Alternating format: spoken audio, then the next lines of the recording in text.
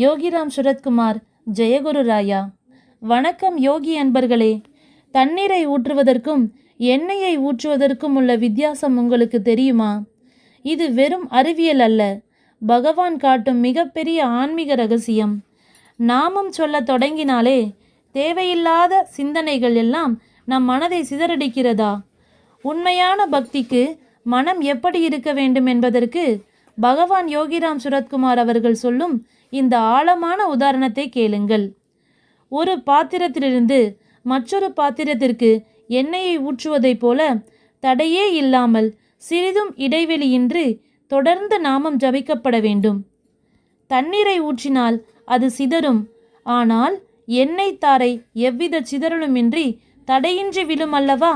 அதுபோலவே உலக மாயைகளில் மனதை சிதறவிடாமல் எண்ணெய் தாரையைப் போல மூச்சு காற்றோடு ஒன்றி கலந்து இடைவெளியின்றி நாமம் சொல்வோம்.